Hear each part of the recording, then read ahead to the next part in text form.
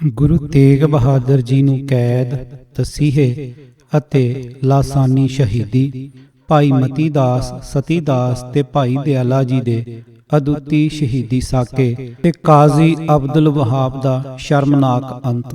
ਵਾਹਿਗੁਰੂ ਜੀ ਕਾ ਖਾਲਸਾ, ਵਾਹਿਗੁਰੂ ਜੀ ਕੀ ਫਤਿਹ। ਦਿੱਲੀ ਕੋਤਵਾਲ ਦੀ ਕੈਦ ਅਤੇ ਤਸੀਹੇ। ਗੁਰੂ ਤੇਗ ਬਹਾਦਰ ਸਾਹਿਬ ਅਤੇ ਉਹਨਾਂ ਦੇ ਸਾਥੀ ਸਿੱਖਾਂ ਸਮੇਤ ਗ੍ਰਿਫਤਾਰ ਕਰ ਲੈਣ ਦਾ ਸਮਾਚਾਰ ਸਰਹੰਦ ਦੇ ਸੂਬੇਦਾਰ ਨੇ ਔਰੰਗਜ਼ੇਬ ਨੂੰ ਹਸਨ ਅਬਦਾਲ ਵਿਖੇ ਘੱਲ ਦਿੱਤਾ ਸੀ ਅਤੇ ਅਗਲੀ ਕਾਰਵਾਈ ਲਈ ਬਾਦਸ਼ਾਹ ਤੋਂ ਹਦਾਇਤਾਂ ਵੀ ਮੰਗ ਲਈਆਂ ਸਨ। ਭਟਵਹੀ ਪੂਰਬੀ ਦੱਖਣੀ ਅਤੇ ਗੁਰੂ ਕੀਆਂ ਸਾਖੀਆਂ ਮੁਤਾਬਕ ਦਿਲਾਵਰ ਖਾਂ ਨੂੰ ਹਸਨ ਅਬਦਾਲ ਤੋਂ ਬਾਦਸ਼ਾਹ ਔਰੰਗਜ਼ੇਬ ਦੇ ਫੈਸਲਾ ਕੁਨ ਹੁਕਮ ਮਿਲ ਜਾਣ ਪਿੱਛੋਂ ਗੁਰੂ ਸਾਹਿਬ ਅਤੇ ਉਹਨਾਂ ਦੇ ਸਿੱਖਾਂ ਨੂੰ ਲੋਹੇ ਦੇ ਪਿੰਜਰਿਆਂ ਵਿੱਚ ਬੰਦ ਕਰਕੇ ਸਖਤ ਪਹਿਰੇ ਹੇਠ ਬੱਸੀ ਪਠਾਣਾ ਤੋਂ ਦਿੱਲੀ ਵੱਲ ਰਵਾਨਾ ਕਰ ਦਿੱਤਾ ਗਿਆ ਅਤੇ ਸਤਿਗੁਰੂ ਆਪਣੇ ਸਾਥੀ ਸਿੱਖਾਂ ਭਾਈ ਮਤੀ ਦਾਸ ਜੀ, ਭਾਈ ਸਤੀ ਦਾਸ ਜੀ ਅਤੇ ਭਾਈ ਦਿਆਲਾ ਜੀ ਸਮੇਤ ਦਿੱਲੀ ਦੀ ਚਾਂਦਨੀ ਚੌਂਕ ਵਾਲੀ ਕੋਤਵਾਲੀ ਵਿਖੇ 3 ਨਵੰਬਰ 1675 ਨੂੰ ਪਹੁੰਚਾਏ ਗਏ। ਕੇਸਰ ਸਿੰਘ ਛਿੱਬਰ, ਸਵਰੂਪ ਸਿੰਘ ਕੋਸ਼ਿਸ਼ ਅਤੇ ਭਟਵਹੀ ਪੂਰਬੀ ਦੱਖਣੀ ਦੋਹਾਂ ਥਾਵਾਂ ਬੱਸੀ ਪਠਾਣਾ ਅਤੇ ਦਿੱਲੀ ਦੀ ਕੁੱਲ ਕੈਦ ਦਾ ਸਮਾਂ 4 ਮਹੀਨੇ ਤੋਂ ਲੈ ਕੇ 4 ਮਹੀਨੇ 8 ਦਿਨ ਤੱਕ ਦੱਸਦੇ ਹਨ। ਇਸ ਸਮੇਂ ਦਿੱਲੀ ਦਾ ਸੂਬੇਦਾਰ ਸਾਫੀ ਖਾਨ ਸੀ, ਜੋ ਔਰੰਗਜ਼ੇਬ ਵੱਲੋਂ ਇਸ ਪਦਵੀ ਤੇ ਅਪ੍ਰੈਲ 1674 ਨੂੰ ਲਗਾਇਆ ਗਿਆ ਸੀ। ਇਹ ਸ਼ਖਸ ਔਰੰਗਜ਼ੇਬ ਦਾ ਬਹੁਤ ਭਰੋਸੇਯੋਗ ਅਤੇ ਅਧਿਕਾਰ ਪ੍ਰਾਪਤ ਸੀ ਅਤੇ ਇਸੇ ਕਾਰਨ ਔਰੰਗਜ਼ੇਬ ਨੇ ਫਰੰਟੀਅਰ ਦੀ ਲੰਬੀ ਮੁਹਿੰਮ ਤੇ ਜਾਣ ਵੇਲੇ ਦਿੱਲੀ ਦੀ ਸਭ ਜ਼ਿੰਮੇਵਾਰੀ ਸਾਫੀ ਖਾਨ ਤੇ ਪਾ ਛੱਡੀ ਸੀ। ਇਸ ਦੌਰਾਨ ਦਿੱਲੀ ਦੇ ਸ਼ਾਹੀ ਕਿਲੇ ਦਾ ਕਿਲੇਦਾਰ ਮੁਤਲਾਫਤ ਖਾਨ ਮੁਕਰਰ ਕੀਤਾ ਗਿਆ ਸੀ, ਜੋ 1671 ਤੋਂ ਇਸ ਪਦਵੀ ਉੱਤੇ ਤੁਰਿਆ ਆ ਰਿਹਾ ਸੀ। ਜਾਦੂਨਾਥ ਸਰਕਾਰ ਮੁਤਾਬਕ ਇਸ ਸਮੇਂ ਦਿੱਲੀ ਦਾ ਸ਼ਾਹੀ ਕਾਜ਼ੀ ਅਬਦੁਲ ਵਹਾਬ ਵੋਹਰਾ ਸੀ ਅਤੇ ਹਕੂਮਤ ਦੀ ਸਾਰੀ ਨਿਆਂ ਪ੍ਰਣਾਲੀ ਇਸੇ ਅਧੀਨ ਸੀ। ਇਹ ਆਪਣੀ ਰਿਸ਼ਵਤਖੋਰੀ ਕਾਰਨ ਬਹੁਤ ਬਦਨਾਮ ਹੋ ਚੁੱਕਾ ਸੀ। 3 ਨਵੰਬਰ 1675 ਨੂੰ ਸਤਿਗੁਰੂ ਪੁਲਿਸ ਪਹਿਰੇ ਹੇਠ ਆਪਣੇ ਸਾਥੀ ਸਿੱਖਾਂ ਸਮੇਤ ਦਿੱਲੀ ਅੱਪੜੇ। ਸਭ ਨੂੰ ਚਾਂਦਨੀ ਚੌਂਕ ਵਾਲੀ ਕੋਤਵਾਲੀ ਵਿੱਚ ਬੰਦ ਕੀਤਾ ਗਿਆ। ਅਗਲੇ ਦਿਨ 4 ਨਵੰਬਰ ਨੂੰ ਸਤਿਗੁਰੂ ਨੂੰ ਦਿੱਲੀ ਦਰਬਾਰ ਵਿੱਚ ਸਾਫੀ ਖਾਨ ਸੂਬੇਦਾਰ ਦੇ ਸਾਹਮਣੇ ਪੇਸ਼ ਕੀਤਾ ਗਿਆ। ਸੂਬੇਦਾਰ ਨੇ ਨੀਤੀ ਵਰਤਦਿਆਂ ਆਪ ਨਾਲ ਸਤਿਕਾਰ ਸਹਿਤ ਗੱਲਬਾਤ ਤੋਰੀ, ਜੋ ਭਾਵੇਂ ਰਸਮੀ ਸਤਿਕਾਰ ਵਾਲੀ ਹੀ ਸੀ। ਸਤਿਗੁਰਾਂ ਨੂੰ ਆਪਣੀ ਅਜ਼ਮਤ ਪ੍ਰਗਟ ਕਰਨ ਦੀ ਅਤੇ ਕਰਾਮਾਤ ਜਾਂ ਮੁਅੱਜ਼ਜ਼ਾ ਦਿਖਾਉਣ ਦੀ ਫਰਮਾਇਸ਼ ਕੀਤੀ ਗਈ, ਜਿਸ ਬਾਰੇ ਸਤਿਗੁਰਾਂ ਨੇ ਦ੍ਰਿੜਤਾ ਨਾਲ ਸਪਸ਼ਟ ਲਫ਼ਜ਼ਾਂ ਰਾਹੀਂ ਇਨਕਾਰ ਕਰ ਦਿੱਤਾ। ਸਿੱਖ ਮਤ ਅਨੁਸਾਰ ਕਰਾਮਾਤ ਦਿਖਲਾਣੀਆਂ ਵੀ ਮਾਇਕੀ ਸਵਾਦ ਜਾਂ ਮਾਇਕੀ ਚਸਕਾ ਹਨ ਅਤੇ ਇਹਨਾਂ ਦਾ ਰੱਬੀ ਜੀਵਨ ਜੁਗਤ ਨਾਲ ਕੋਈ ਸੰਬੰਧ ਨਹੀਂ। ਕਾਜ਼ੀ ਅਬਦੁਲ ਵਹਾਬ ਵੋਹਰੇ ਨੇ ਸਾਫੀ ਖਾਨ ਨੂੰ ਭੜਕਾਉਣ ਲਈ ਆਪਣੀ ਬੇਹੱਦ ਕਾਲੀ ਜ਼ਬਾਨ ਖੋਲ੍ਹੀ। ਉਸ ਨੇ ਸਾਫੀ ਖਾਨ ਨੂੰ ਚੁੱਕਣਾ ਦੇਣ ਲਈ ਕਿਹਾ ਕਿ ਸਤਿਗੁਰੂ ਬਹੁਤ ਗੁਸਤਾਖੀ ਭਰੇ ਬਚਨ ਬੋਲ ਰਹੇ ਹਨ, ਜਿਨ੍ਹਾਂ ਨੂੰ ਬਰਦਾਸ਼ਤ ਨਹੀਂ ਕੀਤਾ ਜਾਣਾ ਚਾਹੀਦਾ। ਨਾਲ ਇਹ ਵੀ ਕਿਹਾ ਕਿ ਗੁਰੂ ਸਾਹਿਬ ਮੰਨੇ ਪ੍ਰਮੰਨੇ ਗੈਰ ਮੁਸਲਮ ਪੀਰ ਹਨ ਅਤੇ ਇਸਲਾਮ ਦੇ ਪ੍ਰਚਾਰ ਦੇ ਰਾਹ ਵਿੱਚ ਬਹੁਤ ਵੱਡੀ ਰੁਕਾਵਟ ਹਨ ਅਤੇ ਹੁਣ ਵੀ ਕਸ਼ਮੀਰੀ ਪੰਡਤਾਂ ਦੀ ਵਕਾਲਤ ਕਰਨ ਦੇ ਕੇਸ ਕਾਰਨ ਮਲਕਪੁਰ ਰੰਗਣਾ ਤੋਂ ਸੂਬੇਦਾਰ ਸਰਹੰਦ ਦਿਲਾਵਰ ਖਾਂ ਦੇ ਹੁਕਮਾਂ ਤਹਿਤ ਹੀ ਗ੍ਰਿਫਤਾਰ ਕਰਕੇ ਇੱਥੇ ਪਹੁੰਚਾਏ ਗਏ ਹਨ।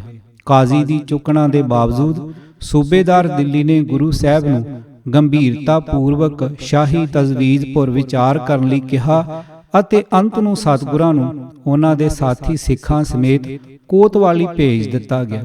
ਅਗਲੇ ਦਿਨ ਭਾਵ 5 ਨਵੰਬਰ 1675 ਦੀ ਪੇਸ਼ੀ ਸਮੇਂ ਆਪ ਨੂੰ ਹਕੂਮਤ ਵੱਲੋਂ ਕਿਹਾ ਗਿਆ ਕਿ ਜੇ ਆਪ ਨੇ ਕਰਾਮਾਤ ਨਹੀਂ ਦਿਖਾਣੀ ਤਾਂ ਮੁਸਲਮਾਨੀ ਮਤ ਨੂੰ ਪ੍ਰਵਾਨ ਕਰੋ। ਸਤਿਗੁਰਾਂ ਨੇ ਇਹ ਤਜਵੀਜ਼ ਵੀ ਗੰਭੀਰਤਾ ਨਾਲ ਰੱਦ ਕਰ ਦਿੱਤੀ।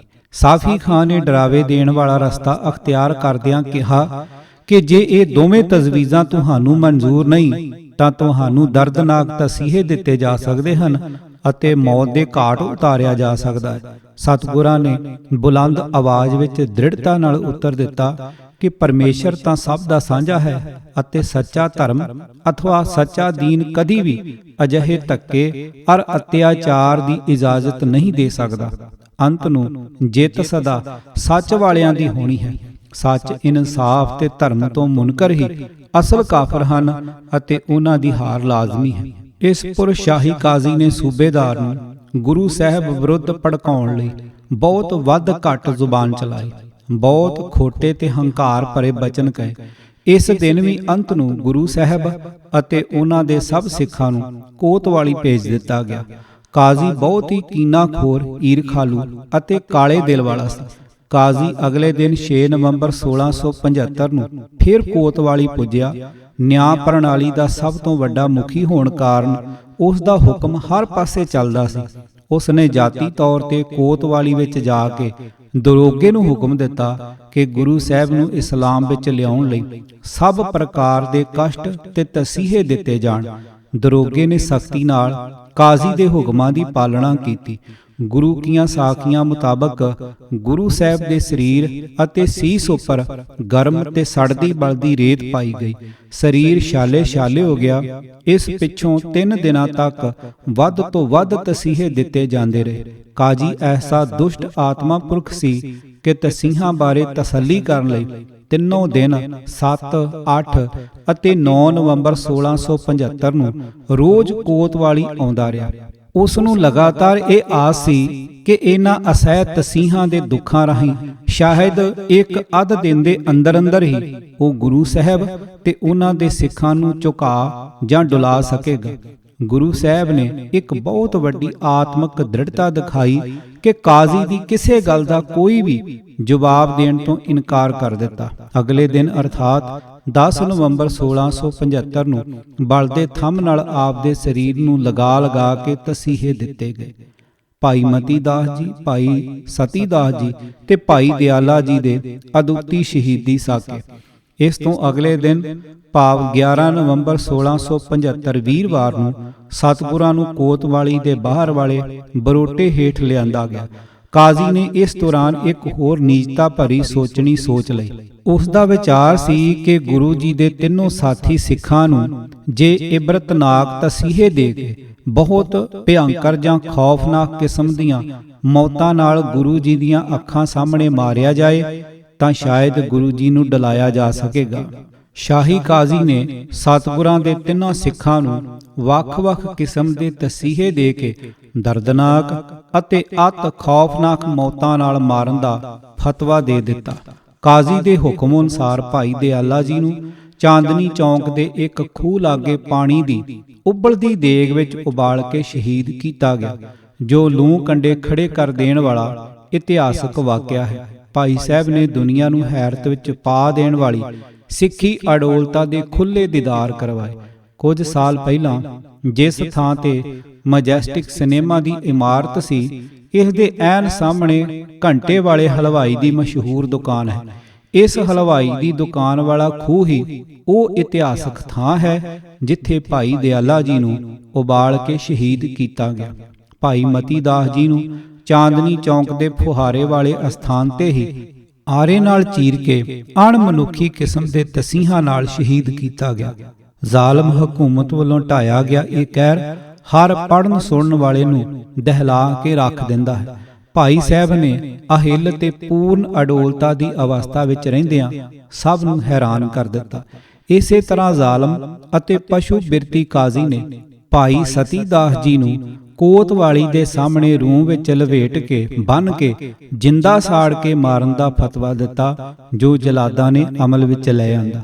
ਜਿੱਥੇ ਜ਼ਾਲਮ ਹਕੂਮਤ ਨੇ ਦੁਨੀਆ ਦੇ ਵੱਧ ਤੋਂ ਵੱਧ ਕਿਸਮ ਦੇ ਖੌਫਨਾਕ ਤਸੀਹਾਂ ਰਾਹੀਂ ਸ਼ਹੀਦ ਕਰਕੇ ਦਹਿਸ਼ਤ ਪੈਦਾ ਕੀਤੀ, ਉੱਥੇ ਭਾਈ ਸਾਹਿਬ ਦੀ ਅਡਿਗਤਾ ਤੇ ਅਡੋਲਤਾ ਵੀ ਹਰ ਵੇਖਣ ਸੁਣਨ ਵਾਲੇ ਨੂੰ ਹੈਰਤ ਵਿੱਚ ਪਾਉਂਦੀ ਹੈ। ਗੁਰੂ ਜੀ ਨੇ ਸਿੱਖਾਂ ਦੀ ਇਸ ਦਲੇਰੀ, ਸੂਰਮਗਤੀ ਤੇ ਸਾਬਤ ਕਦਮੀ ਨੂੰ ਧੰਤਾਯੋਗ ਸਿੱਖੀ ਦੇ ਨਾਮ ਨਾਲ ਮੁਖਾਤਬ ਕੀਤਾ। ਆਪ ਨੇ ਬਚਨ ਕੀਤਾ ਕਿ ਹੁਣ ਇਹ ਮੁਗਲ ਰਾਜ ਜ਼ਿਆਦਾ ਅਰਸਾ ਇਸ ਦੇਸ਼ ਉੱਤੇ ਟਿਕਿਆ ਨਹੀਂ ਰਹਿ ਸਕੇਗਾ, ਕਿਉਂਕਿ ਇਹਨਾਂ ਸ਼ਹਾਦਤਾਂ ਰਾਹੀਂ ਤਾਂ ਮੁਗਲਾਂ ਨੇ ਆਪਣੀਆਂ ਜੜ੍ਹਾਂ ਹੀ ਪਟਵਾ ਲਈਆਂ ਹਨ। ਰਿਸ਼ਵਤ ਦੇ ਕੇ ਬਚ ਨਿਕਲਣ ਤੋਂ ਸਾਫ਼ ਇਨਕਾਰ। ਕਾਜ਼ੀ ਅਬਦੁਲ ਵਹਾਬ ਵੋਹਰਾ ਜਿੱਥੇ ਤੰਗ-ਦਿਲ, ਜਨੂਨੀ ਤੇ ਨਿਰਦਈ ਸੁਭਾਅ ਦਾ ਸੀ, ਉੱਥੇ ਉਹ ਵੱਡਾ ਰਿਸ਼ਵਤ ਖੋਰ ਹੋਣ ਕਰਕੇ ਬਹੁਤ ਬਦਨਾਮ ਸੀ। ਭਾਈ ਕਲਿਆਣੇ ਦੀ ਧਰਮਸ਼ਾਲਾ ਵਾਲੇ ਕੁਝ ਸ਼ਰਧਾਲੂਆਂ ਨੇ ਹਾਲਾਤ ਨਾਲ ਨਿਬੜਨ ਲਈ ਗੁਰੂ ਸ਼ਰਧਾ ਤੇ ਡੂੰਘੇ ਪਿਆਰ ਦੇ ਜਜ਼ਬਿਆਂ ਅਧੀਨ ਚੰਦ ਦਿਨਾਂ ਵਿੱਚ ਭੱਜ ਦੌੜ ਕਰਕੇ ਕਾਫੀ ਵੱਡੀ ਰਕਮ ਇਕੱਠੀ ਕਰ ਲਈ, ਤਾਂ ਕਿ ਕਾਜ਼ੀ ਨੂੰ ਰਿਸ਼ਵਤ ਦੇ ਕੇ ਉਸ ਦੇ ਜ਼ਾਲਮਾਨਾ ਹੁਕਮਾਂ ਨੂੰ ਬਦਲਣ ਲਈ ਮਨਾਇਆ ਜਾ ਸਕੇ। ਜਿਉਂ ਹੀ ਸਤਿਗੁਰਾਂ ਨੂੰ ਇਸ ਗੱਲ ਦਾ ਪਤਾ ਲੱਗਾ, ਆਪ ਨੇ ਆਪਣੇ ਸਿੱਖਾਂ ਪ੍ਰਤੀ ਕਾਜ਼ੀ ਨੂੰ ਕੋਈ ਵੀ ਪੈਸਾ ਰਿਸ਼ਵਤ ਦੇ ਤੌਰ ਤੇ ਦੇਣ ਦੀ ਸਖਤੀ ਨਾਲ ਵਰਜਣ ਦਾ ਹੁਕਮ ਕਰ ਦਿੱਤਾ ਅਤੇ ਬਲੀਦਾਨ ਦੇਣ ਦੇ ਰਸਤੇ ਨੂੰ ਬਦਲਣ ਤੋਂ ਸਾਫ਼ ਇਨਕਾਰ ਕਰ ਦਿੱਤਾ। ਜਾਦੂਨਾਥ ਸਰਕਾਰ ਮੁਤਾਬਕ ਇਹ ਕਾਜ਼ੀ ਅਬਦੁਲ ਵਹਾਬ ਇਤਨਾ ਵੱਡਾ ਰਿਸ਼ਵਤਖੋਰ ਸੀ ਕਿ ਆਪਣੇ ਤਹਿਤ ਅੱਡ-ਅੱਡ ਥਾਵਾਂ ਦੇ ਹੋਰ ਕਾਜ਼ੀ ਨਿਯੁਕਤ ਕਰਨ ਸਮੇਂ ਵੱਡੀਆਂ ਰਕਮਾਂ ਰਿਸ਼ਵਤ ਦੇ ਤੌਰ ਤੇ ਲੈਂਦਾ ਸੀ। ਇਸ ਕਾਜ਼ੀ ਨੇ 16 ਸਾਲਾਂ ਦੀ ਇਸ ਨੌਕਰੀ ਵਿੱਚ ਰਿਸ਼ਵਤ ਲੈ ਕੇ 33 ਲੱਖ ਰੁਪਇਆਂ ਦੀ ਵੱਡੀ ਰਕਮ, ਕਈ ਸੇਰ ਵਜਨ ਦਾ ਸੋਨਾ ਚਾਂਦੀ ਅਤੇ ਇਸ ਤੋਂ ਛੁੱਟ ਬੇਅੰਤ ਜਾਇਦਾਦ ਚਲ ਅਤੇ ਅਚਲ ਦੋਵੇਂ ਰੂਪਾਂ ਵਿੱਚ ਇਕੱਠੀ ਕਰ ਰੱਖੀ ਸੀ। ਗੁਰੂ ਤੇਗ ਬਹਾਦਰ ਸਾਹਿਬ ਦੀ ਲਾਸਾਨੀ ਸ਼ਹੀਦੀ 11 ਨਵੰਬਰ 1675 ਨੂੰ ਵੀਰਵਾਰ ਵਾਲੇ ਦਿਨ ਸਤਿਗੁਰਾਂ ਨੂੰ ਰਾਈ ਮਾਤਰ ਵੀ ਝੁਕਾ ਜਾਂ ਡੁਲਾ ਸਕਣ ਵਿੱਚ ਪੂਰੀ ਤਰ੍ਹਾਂ ਨਾਕਾਮਯਾਬ ਰਹਿ ਜਾਣ ਉੱਤੇ ਕਾਜ਼ੀ ਨੇ ਵੱਡੀ ਝੁੰਝਲਾਹਟ ਵਿੱਚ ਆ ਕੇ ਆਪਣਾ ਅੰਤਮ ਫਤਵਾ ਸਤਿਗੁਰਾਂ ਦੇ ਖਿਲਾਫ ਜਾਰੀ ਕਰ ਦਿੱਤਾ ਕਿ ਸਾਹਿਬਾਂ ਦਾ ਪਵਿੱਤਰ ਸੀਸ ਤਲਵਾਰ ਨਾਲ ਧੜ ਤੋਂ ਜੁਦਾ ਕਰ ਦਿੱਤਾ ਜਾਏ ਔਰ ਅਗਲੇ ਦਿਨ ਸਰੀਰ ਦੇ 4 ਟੁਕੜੇ ਕਰਕੇ ਦਿੱਲੀ ਦੇ ਅੱਡ-ਅੱਡ ਦਰਵਾਜ਼ਿਆਂ, Delhi gate, Ajmeri gate, Lahori gate ਅਤੇ ਕਸ਼ਮੀਰੀ ਗੇਟ ਤੇ ਟੰਗ ਦਿੱਤੇ ਜਾਣ, ਤਾਂ ਕਿ ਇਸਲਾਮ ਦਾ ਕਿਸੇ ਤਰ੍ਹਾਂ ਵੀ ਥੋੜਾ ਬਹੁਤ ਵਿਰੋਧ ਕਰਨ ਵਾਲਿਆਂ ਨੂੰ ਸਦਾ ਲਈ ਇਬਰਤ ਹੋ ਜਾਏ ਅਤੇ ਆਮ ਹਿੰਦੂ ਆਸਾਨੀ ਨਾਲ ਹਿੰਦੂ ਮਤ ਤਿਆਗ ਕੇ ਇਸਲਾਮ ਵਿੱਚ ਸ਼ਾਮਲ ਹੋ ਜਾਣ। ਹਕੂਮਤ ਦਾ ਐਸਾ ਵਿਚਾਰ ਸੀ ਕਿ ਅੰਤਾਂ ਦੀ ਦਹਿਸ਼ਤ ਪੈਦਾ ਕਰ ਸਕਣ ਵਾਲੇ ਸਤਿਗੁਰਾਂ ਦੀ ਸ਼ਹਾਦਤ ਦੇ ਇਸ ਖੌਫਨਾਕ ਢੰਗ ਨਾਲ ਸਾਰੀ ਹਿੰਦੂ ਲੋਕਾਈ ਇਸਲਾਮ ਵਿੱਚ ਦਾਖਲਾ ਲੈਣ ਤੇ ਮਜਬੂਰ ਹੋ ਜਾਏਗੀ। ਕਾਜ਼ੀ ਦੇ ਇਸ ਅਤ ਕਾਲੇ ਫਤਵੇ ਅਧੀਨ ਚਾਂਦਨੀ ਚੌਂਕ ਦੇ ਕੋਤਵਾਲੀ ਵਾਲੇ ਬਰੋਟੇ ਦੇ ਰੁੱਖ ਹੇਠ ਸਮਾਣੇ ਦੇ ਜਲਾਲਦੀਨ ਨੇ ਨੰਗੀ ਤਲਵਾਰ ਦਾ ਵਾਰ ਕਰਕੇ ਸਤਿਗੁਰ ਜੀ ਦਾ ਪਵਿੱਤਰ ਸੀਸ ਉਸ ਸਮੇਂ ਧੜ ਨਾਲੋਂ ਅੱਡ ਕਰ ਦਿੱਤਾ, ਜਦੋਂ ਗੁਰੂ ਜੀ ਨੇ ਜਪ ਸਾਹਿਬ ਦੀਆਂ 5 ਪੌੜੀਆਂ ਦੇ ਪਾਠ ਦਾ ਭੋਗ ਪਾ ਲਿਆ ਸੀ। ਬੇਅੰਤ ਅਨਮਤੀ ਲਿਖਾਰੀਆਂ ਨੇ ਵੀ ਆਪਣੀ ਲਿਖਤਾਂ ਰਾਹੀਂ ਤਸਦੀਕ ਕੀਤਾ ਹੈ ਕਿ ਦਿੱਲੀ ਦੇ ਆਮ ਨਿਵਾਸੀ, ਆਮ ਕਰਕੇ ਰੱਬ ਪ੍ਰਸਤ ਔਰ ਧਰਮ ਪ੍ਰਸਤ ਲੋਕ ਇਸ ਖੌਫਨਾਕ ਜ਼ਾਲਮਾਨਾ ਸਾਕੇ ਕਾਰਨ ਖਾਸ ਕਰਕੇ ਬਹੁਤ ਪਰੇਸ਼ਾਨ ਹੋਏ ਸਨ ਅਤੇ ਆਮ ਲੋਕਾਂ ਨੇ ਇਨ੍ਹਾਂ ਸ਼ਹਾਦਤਾਂ ਨੂੰ ਹਕੂਮਤ ਵੱਲੋਂ ਢਾਇਆ ਗਿਆ ਇੱਕ ਬਹੁਤ ਵੱਡਾ ਜ਼ੁਲਮ ਔਰ ਕਹਿਰ ਕਰਾਰ ਦਿੱਤਾ ਸੀ। ਸਭ ਧਰਮੀ ਤੇ ਨੇਕ ਬੰਦਿਆਂ ਨੇ ਮੁਗਲ ਹਕੂਮਤ ਦੇ ਇਸ ਅਤ ਘ੍ਰਿਣਤ ਅਤੇ ਨਾ ਬਖਸ਼ੇ ਜਾ ਸਕਣ ਵਾਲੇ ਕਾਰੇ ਤੇ ਲਾਨਤਾਂ ਪਾਈਆਂ ਸਨ ਅਤੇ ਮੁਗਲਾਂ ਦੇ ਰਾਜ ਦੇ ਸਰਬਨਾਸ਼ ਲਈ ਦੁਆਵਾਂ ਕੀਤੀਆਂ ਸਨ। ਗੁਰੂ ਤੇਗ ਬਹਾਦਰ ਸਾਹਿਬ ਜੀ ਦੀ ਇਸ ਲਾਸਾਨੀ ਸ਼ਹਾਦਤ ਦੀ ਯਾਦ ਨਾਲ ਸੰਬੰਧਿਤ ਗੁਰਦੁਆਰਾ ਸੀਸਗੰਜ ਸਾਹਿਬ ਰਾਜਧਾਨੀ ਦਿੱਲੀ ਵਿੱਚ ਸਿੱਖ ਮਤ ਦੀ ਸ਼ਾਨ ਨੂੰ ਦੁਬਾਲਾ ਕਰ ਰਿਹਾ ਹੈ, ਜੋ ਸਭ ਤੋਂ ਪਹਿਲਾਂ ਸਰਦਾਰ ਬਘੇਲ ਸਿੰਘ ਨੇ ਸਨ 1783 ਤੋਂ 85 ਵਿੱਚ ਤਾਮੀਰ ਕਰਵਾਇਆ ਸੀ। ਇਹ ਸ਼ਹੀਦੀ ਲਾਸਾਨੀ ਕਿਵੇਂ? ਸਿੱਖ ਮਤ ਅਨੁਸਾਰ ਹਰ ਜੀਵ ਦਾ ਸਰੀਰ ਤਾਂ ਨਿਸ਼ਚੇ ਹੀ ਮਿੱਟੀ ਦਾ ਇੱਕ ਠੀਕਰਾ ਹੀ ਹੁੰਦਾ ਹੈ, ਜਿਸ ਨੇ ਅੰਤ ਟੁੱਟਣਾ ਹੀ ਟੁੱਟਣਾ ਹੁੰਦਾ ਹੈ। ਪਰ ਸਤਿਗੁਰੂ ਤੇਗ ਬਹਾਦਰ ਸਾਹਿਬ ਜੀ ਨੇ ਆਪਣੇ ਸਰੀਰ ਨੂੰ ਦਿੱਲੀ ਪਤੀ ਮੁਗਲ ਬਾਦਸ਼ਾਹ ਦੇ ਅਤਿਆਚਾਰਾਂ ਤੇ ਜ਼ੁਲਮਾਂ ਦਾ ਟਾਕਰਾ ਕਰਦਿਆਂ ਕੁਰਬਾਨ ਕਰ ਦਿੱਤਾ ਸੀ ਅਤੇ ਪ੍ਰਭੂ ਪਿਤਾ ਨਾਲ ਅਭੇਦ ਹੋ ਗਏ ਸਨ। ਪਰ ਇਹ ਸਰਬ ਸਿੱਧ ਸਚਾਈ ਹੈ ਕਿ ਸਤਿਗੁਰੂ ਤੇਗ ਬਹਾਦਰ ਸਾਹਿਬ ਵਰਗਾ ਐਸਾ ਅਦੁੱਤੀ ਕਾਰਨਾਮਾ ਕਿਤੇ ਵੀ ਹੋਰ ਕੋਈ ਨਹੀਂ ਕਰ ਸਕਿਆ। ਦੂਜਿਆਂ ਦੀ ਧਾਰਮਿਕ ਆਜ਼ਾਦੀ ਨੂੰ ਇਤਨੀ ਦ੍ਰਿੜਤਾ ਤੇ ਇਤਨੀ ਸਾਬਤ ਕਦਮੀ ਨਾਲ ਅਸਹਿ ਅਰ ਅਕਹਿ ਤਸੀਹੇ ਤੇ ਕਸ਼ਟ ਬਰਦਾਸ਼ਤ ਕਰਕੇ ਕਾਇਮ ਕਰ ਦਿੱਤਾ। ਆਮ ਲੋਕਾਂ ਨੇ ਆਪ ਵੱਲੋਂ ਇਸ ਅਦੁੱਤੀ ਸ਼ਹਾਦਤ ਸਮੇਂ ਸਹੇ ਕਸ਼ਟਾਂ ਤੇ ਤਸੀਹਾਂ ਉੱਤੇ ਭਾਰੀ ਦੁੱਖ ਅਤੇ ਵਿਆਕੁਲਤਾ ਨੂੰ ਮਹਿਸੂਸ ਕੀਤਾ ਸੀ।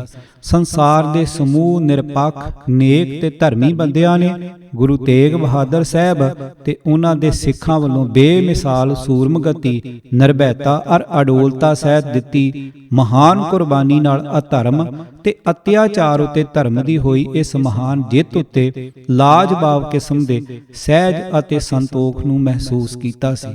ਸਤਿਗੁਰੂ ਨਾਨਕ ਪਾਤਸ਼ਾਹ ਜੀ ਨੇ ਪਹਿਲੇ ਜਾਮੇ ਸਮੇਂ ਹਿੰਦੂ ਧਰਮ ਦੇ ਪ੍ਰਮੁੱਖ ਅੰਗ ਜਨੇਊ ਸੰਬੰਧੀ ਆਪਣੇ ਵਿਚਾਰ ਬੜੀ ਬੇਬਾਕੀ ਨਾਲ ਦੱਸ ਦਿੱਤੇ ਸਨ। ਦਇਆ ਕਪਾ ਸੰਤੋਖ ਸੂਤ ਜਤ ਗੰਢੀ ਸਤ ਵਟ, ਇਹ ਜਨੇਊ ਜੀ ਕਾ ਹਈ ਤਾਂ ਪਾਂਡੇ ਘਤ, ਚੌਕੜ ਮੁੱਲ ਅਣਾਇਆ ਬਹਿ ਚੌਕੇ ਪਾਇਆ, ਸਿੱਖਾ ਕੰਨ ਚੜਾਈਆ ਗੁਰ ਬ੍ਰਾਹਮਣ ਥਿਆ, ਵੇ ਪੁਰਾਣਾ ਸੁਟੀਐ ਭੀ ਫਿਰ ਪਾਈਐ ਹੋਰ, ਨਾਨਕ ਤਗ ਨ ਟੁੱਟਈ ਜੇ ਤਗ ਹੋਵੇ ਜੋਰ। ਆਸਾ ਕੀ ਵਾਰ ਸ਼ਲੋਕ ਮਹੱਲਾ ਪਹਿਲਾ ਪੰਨਾ 471। ਜਨੇਊ ਪਾਉਣ ਦੇ ਸਿਧਾਂਤ ਦਾ ਪੂਰਨ ਖੰਡਨ ਕਰਨ ਵਾਲੇ ਗੁਰਦੇਵ ਨੇ ਇਸ ਮੌਕੇ ਜਨੇਊ ਧਾਰੀਆਂ ਨੂੰ ਮਜ਼ਲੂਮ ਜਾਣ ਕੇ ਅਤੇ ਉਹਨਾਂ ਦੀ ਧਾਰਮਿਕ ਆਜ਼ਾਦੀ ਵਿੱਚ ਧੱਕਾ, ਜ਼ੁਲਮ ਅਰ ਨਜਾਇਜ਼ ਦਖਲ ਅੰਦਾਜ਼ੀ ਮਹਿਸੂਸ ਕਰਕੇ ਸਿਰ ਧੜ ਦੀ ਬਾਜੀ ਲਗਾ ਕੇ ਅਤੇ ਅੱਤ ਦੀ ਜ਼ੋਰਦਾਰ ਜੱਦੋ ਜਹਿਦ ਆਰੰਭ ਦਿੱਤੀ। ਇਹ ਸ਼ਹੀਦੀ ਲਾਸਾਨੀ ਇਸ ਲਈ ਹੈ ਕਿ ਸਤਿਗੁਰਾਂ ਦਾ ਆਪਣਾ ਮਤ ਜਨੇਊ ਦੇ ਹੱਕ ਵਿੱਚ ਉੱਕਾ ਹੀ ਨਾ ਹੋਣ ਦੇ ਬਾਵਜੂਦ ਸੂਰਮੇ ਸਤਿਗੁਰੂ ਜੀ ਨੇ ਜਨੇਊ, ਤਿਲਕ ਤੇ ਧੋਤੀ ਧਾਰੀਆਂ ਨੂੰ ਮਜ਼ਲੂਮ ਪਛਾਣ ਕੇ ਉਹਨਾਂ ਦੀ ਬਾਹ ਫੜੀ ਸੀ ਅਤੇ ਜਾਨ ਦੀ ਬਾਜੀ ਲਾ ਕੇ ਆਪਣੀ ਤੇ ਆਪਣੇ ਗੁਰਸਿੱਖਾਂ ਦੀ ਲਾਸਾਨੀ ਕੁਰਬਾਨੀ ਦਿੱਤੀ ਸੀ। ਪਰ ਮਜ਼ਲੂਮ ਤੇ ਨਿਤਾਣੇ ਹਿੰਦੂਆਂ ਦੀ ਬਾਹ ਫੜਨ ਦਾ ਸਿਰੜ ਸਿਧਾਂਤ ਜਾਂ ਅਸੂਲ ਨਹੀਂ ਸੀ ਛੱਡਿਆ। ਸਤਿਗੁਰੂ ਗੁਰੂ ਤੇਗ ਬਹਾਦਰ ਜੀ ਦੀ ਇਹ ਮਹਾਨ ਸ਼ਹਾਦਤ ਲਾਸਾਨੀ ਇਸ ਕਾਰਨ ਹੈ ਕਿ ਇਹ ਸਦੀਵੀ ਸਰਬਕਾਲੀ ਤੇ ਸਰਬਦੇਸ਼ੀ ਧਾਰਮਿਕ ਅਸੂਲਾਂ ਦੀ ਰੱਖਿਆ ਤੇ ਬਹਾਲੀ ਲਈ ਦਿੱਤੀ ਗਈ ਸੀ।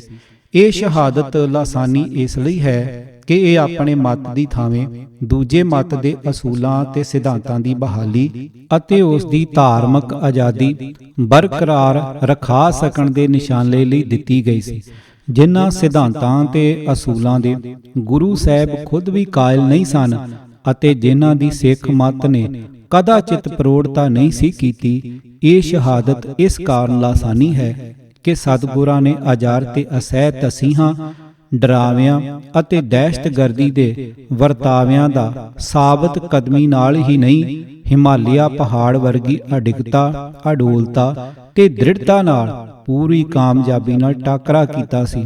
ਇਹ ਸ਼ਹਾਦਤ ਲਾਸਾਨੀ ਇਸ ਕਾਰਨ ਵੀ ਹੈ ਕਿ ਸਤਿਗੁਰੂ ਤੇਗ ਬਹਾਦਰ ਸਾਹਿਬ ਜੀ ਦੇ ਨਿਕਟ ਵਰਤੀ ਤਿੰਨ ਗੁਰਸਿੱਖਾਂ ਨੇ ਪੂਰੀ ਸਾਬਤ ਕਦਮੀ ਤੇ ਇੰਤਹਾ ਦਰਜੇ ਦੇ ਸਿਦਕ ਨਾਲ ਮਨੁੱਖੀ ਰੂਹ ਤੇ ਮਨ ਨੂੰ ਕੰਬਾ ਦੇਣ ਵਾਲੇ ਖੌਫਨਾਕ ਤਸੀਹੇ ਬਰਦਾਸ਼ਤ ਕਰਨੇ ਤਾਂ ਪ੍ਰਵਾਨ ਕਰ ਲਏ, ਪਰ ਅਸੂਲਾਂ ਉੱਤੇ ਰਾਈ ਮਾਤਰ ਵੀ ਝੁਕਣਾ ਮਨਜ਼ੂਰ ਨਾ ਕੀਤਾ। ਇਹ ਸ਼ਹਾਦਤ ਲਾਸਾਨੀ ਇਸ ਕਾਰਨ ਵੀ ਹੈ ਕਿ ਹਕੂਮਤ ਨੇ ਫੈਸਲਾ ਕਰ ਰੱਖਿਆ ਸੀ ਕਿ ਸਤਿਗੁਰਾਂ ਦੀ ਸ਼ਹਾਦਤ ਪਿੱਛੋਂ ਆਪਦੇ ਪਾਵਨ ਸਰੀਰ ਦੇ 4 ਟੁਕੜੇ ਕਰਕੇ ਦਿੱਲੀ ਦੇ 4 ਅੱਡ-ਅੱਡ ਸਰਕਾਰੀ ਦਰਵਾਜ਼ਿਆਂ ਤੇ ਟੰਗ ਕੇ ਹਾਕਮ ਦੇ ਮਜ਼ਹਬ ਨੂੰ ਨਾ ਮੰਨਣ ਵਾਲਿਆਂ ਦੇ ਮਨਾਂ ਵਿੱਚ ਹਕੂਮਤ ਦਾ ਰੋਹਬ ਅਤੇ ਦਹਿਸ਼ਤ ਉਕਰੀ ਜਾਏ। ਹੋਇਆ ਇਸ ਦੇ ਐਨ ਉਲਟ ਸੀ। ਸਿਰਲੱਥ, ਸਿਦਕੀ ਤੇ ਦ੍ਰਿੜ ਇਰਾਦੇ ਵਾਲੇ ਗੁਰਸਿੱਖਾਂ ਦੀ ਇੱਕ ਟੋਲੀ ਪੂਰਨ ਕਾਮਯਾਬੀ ਨਾਲ ਸਤਿਗੁਰਾਂ ਦਾ ਸੀਸ ਚੁੱਕ ਕੇ ਲੈ ਗਈ, ਜਦ ਕਿ ਦੂਜੀ ਟੋਲੀ ਨੇ ਸਤਿਗੁਰਾਂ ਦੇ ਪਵਿੱਤਰ ਧੜ ਨੂੰ ਚੁੱਕ ਲਿਜਾਣ ਦਾ ਅਤ ਜੋਖਮ ਭਰਿਆ ਕਾਰਜ ਪੂਰੀ ਕਾਮਯਾਬੀ ਨਾਲ ਸਰਅੰਜਾਮ ਚੜਾਇਆ। ਹਾਕਮ ਆਪਣੇ ਇਸ ਇਰਾਦੇ ਅਰ ਮਨੋਰਥ ਨੂੰ ਪੂਰਾ ਕਰਨ ਵਿੱਚ ਪੂਰੀ ਤਰ੍ਹਾਂ ਨਾਕਾਮਯਾਬ ਹੋਇਆ ਸੀ, ਜੋ ਈਰਖਾ, ਨਫ਼ਰਤ ਤੇ ਬਦਲੇ ਦੇ ਅਤ ਨੀਵੇਂ ਭਾਵਾਂ ਨਾਲ ਮੂੰਹ ਤੱਕ ਭਰਿਆ ਪਿਆ ਸੀ ਅਤੇ ਜਿਸ ਅਨੁਸਾਰ ਸਤਿਗੁਰੂ ਦੀ ਸ਼ਹਾਦਤ ਪਿੱਛੋਂ ਆਪ ਦੇ ਪਾਵਨ ਸਰੀਰ ਦੇ 4 ਟੁਕੜੇ ਕਰਕੇ ਰਾਜਧਾਨੀ ਦੇ 4 ਮੁੱਖ ਦਰਵਾਜ਼ਿਆਂ ਦਿੱਲੀ, ਅਜਮੇਰੀ, ਲਾਹੌਰੀ ਤੇ ਕਸ਼ਮੀਰੀ ਦਰਵਾਜ਼ਿਆਂ ਤੇ ਲਟਕਾ ਕੇ ਗੈਰ ਮੁਸਲਮਾਨਾਂ ਦੇ ਮਨਾਂ ਵਿੱਚ ਦਹਿਸ਼ਤ ਪੈਦਾ ਕਰਨਾ ਉਸ ਦਾ ਮੁੱਖ ਉਦੇਸ਼ ਸੀ। ਸਤਿਗੁਰਾਂ ਦੇ ਸਿਰਲੱਥ ਸਿੱਖਾਂ ਦੀ ਬਹਾਦਰੀ, ਵਰਿਆਮਤਾ ਅਤੇ ਤਦਬੀਰੀ ਪੈਂਤੜੇ ਨੇ ਮੁਗਲ ਹਾਕਮ ਨੂੰ ਹੱਦ ਦਰਜੇ ਦੀ ਜਲਾਲਤ ਤੇ ਨਮੋਸ਼ੀ ਦੇ ਆਲਮ ਵਿੱਚ ਦਾਖਲ ਹੋਣ ਤੇ ਮਜਬੂਰ ਕੀਤਾ। ਸਤਿਗੁਰਾਂ ਦੀ ਇਹ ਸ਼ਹਾਦਤ ਲਾਸਾਨੀ ਇਸ ਲਈ ਵੀ ਹੈ ਕਿ ਇਸ ਮਹਾਨ ਸਾਕੇ ਨੇ ਇੱਕ ਅਦੁੱਤੀ ਸਿੱਖ ਇਨਕਲਾਬ ਨੂੰ ਜਨਮ ਦਿੱਤਾ, ਜਿਸ ਨੇ ਸਦਾ ਲਈ ਇਥੋਂ ਦੇ ਇਤਿਹਾਸ ਦੇ ਵਹਿਣ ਦੀ ਦਿਸ਼ਾ ਨੂੰ ਹੀ ਨਹੀਂ ਬਦਲ ਦਿੱਤਾ, ਬਲਕਿ ਰਹਿੰਦੀ ਦੁਨੀਆ ਤੱਕ ਦੇ ਸਾਰੇ ਸੱਚ, ਹੱਕ ਤੇ ਧਰਮ ਪਰਸਤਾਂ ਨੂੰ ਧਰਮ ਦੀ ਸਦੀਵੀ ਰੌਸ਼ਨੀ ਦੇਣ ਦਾ ਆਪਣੇ ਫਲਸਫੇ ਰਾਹੀਂ ਪੱਕਾ ਪ੍ਰਬੰਧ ਕਰ ਦਿੱਤਾ। ਕਾਜ਼ੀ ਅਬਦੁਲ ਵਹਾਬ ਦਾ ਸ਼ਰਮਨਾਕ ਅੰਤ। ਰਿਸ਼ਵਤਖੋਰ, ਧਰਮ ਵਿਹੂਣੇ, ਤੰਗ ਦਿਲ ਅਤੇ ਜ਼ਾਲਮ ਕਾਜ਼ੀ ਅਬਦੁਲ ਵਹਾਬ ਨੂੰ ਆਪਣੀ ਹੈਰਤ ਅੰਗੇਜ਼ ਨਾਕਾਮਯਾਬੀ ਉੱਤੇ ਅਤੇ ਸੰਸਾਰ ਦੇ ਸਭ ਤੋਂ ਵੱਡੇ ਨਿਕ੍ਰਿਸ਼ਟ ਕੁਕਰਮਪੁਰ ਅੰਤਾਂ ਦੀ ਨਮੋਸ਼ੀ ਹੋਣ ਕਾਰਨ ਬਹੁਤ ਗਹਿਰਾ ਸਦਮਾ ਲੱਗਿਆ। ਮਾਨਸਿਕ ਖੇਦ ਤੇ ਅਸਹਿ ਹੋ ਜਾਣ ਕਾਰਨ ਕਾਜ਼ੀ ਨੂੰ ਮਾਨਸਿਕ ਅਧੋਗਤੀ ਤੇ ਨਮੋਸ਼ੀ ਦਾ ਭਿਆਨਕ ਰੋਗ ਲੱਗ ਗਿਆ, ਜਿਸ ਕਾਰਨ ਸਤਿਗੁਰਾਂ ਦੀ ਸ਼ਹੀਦੀ ਵਾਲੇ ਦਿਨ ਭਾਵ 11 ਨਵੰਬਰ 1675 ਨੂੰ ਹੀ ਉਹ ਘਰ ਜਾ ਕੇ ਸਦਾ ਲਈ ਮੰਜੇ ਤੇ ਪੈ ਜਾਣ ਤੇ ਮਜਬੂਰ ਹੋ ਕੇ ਨਮੋਸ਼ੀ ਅਤੇ ਜਹੰਨਮ ਦਾ ਹੱਕਦਾਰ ਬਣਿਆ। ਉਹ ਬੁਰੀ ਤਰ੍ਹਾਂ ਬਿਮਾਰ ਹੋ ਗਿਆ ਸੀ। 15 ਦਿਨਾਂ ਤੱਕ ਲੁਸ਼-ਲੁਸ਼ ਕਰਕੇ ਮੰਜੇ ਤੇ ਤੜਫਦਾ ਅਤੇ ਕਰਾਉਂਦਾ ਰਿਹਾ। ਕਿਸੇ ਵੈਦ ਹਕੀਮ ਦਾ ਕੋਈ ਇਲਾਜ ਕਾਰਗਰ ਨਾ ਹੋ ਸਕਿਆ। ਅਨੇਕਾਂ ਪ੍ਰਪੰਚ ਕਰਕੇ ਅਤੇ ਰਿਸ਼ਵਤਾਂ ਲੈ ਕੇ ਇਕੱਠੇ ਕੀਤੇ 33 ਲੱਖ ਰੁਪਏ, ਅਨੇਕਾਂ ਸੇਰ ਵਜਨ ਦਾ ਸੋਨਾ ਚਾਂਦੀ ਅਤੇ ਮਹਿਲ ਮਾੜੀਆਂ ਦੇ ਰੂਪ ਵਿੱਚ ਇਕੱਠੀ ਕੀਤੀ ਸਭ ਅਚਲ ਅਤੇ ਅਚਲ ਜਾਇਦਾਦ ਮੁਗਲਿਆ ਸਲਤਨਤ ਦੀ ਰਾਜਧਾਨੀ ਦਿੱਲੀ ਵਿੱਚ ਹੀ ਛੱਡਦਿਆਂ, ਅੰਤਾਂ ਦੀ ਬਦਨਾਮੀ ਖੱਟਦਿਆਂ, ਪਾਪਾਂ ਦੀ ਭਾਰੀ ਪੰਡ ਸਿਰ ਤੇ ਚੁੱਕਦਿਆਂ ਹੋਇਆਂ 26 ਨਵੰਬਰ 1675 ਨੂੰ ਜਹਾਨ ਫਾਨੀ ਤੋਂ ਕੂਚ ਕਰ ਗਿਆ। ਲੇਖਕ ਸਰਦਾਰ ਮਹਿੰਦਰ ਸਿੰਘ ਜੋਸ਼, ਆਵਾਜ਼ ਭਾਈ ਗੁਰਜੰਟ ਸਿੰਘ ਰੂਪੋਵਾਲੀ। ਵਾਹਿਗੁਰੂ ਜੀ ਕਾ ਖਾਲਸਾ, ਵਾਹਿਗੁਰੂ ਜੀ ਕੀ ਫਤਿਹ।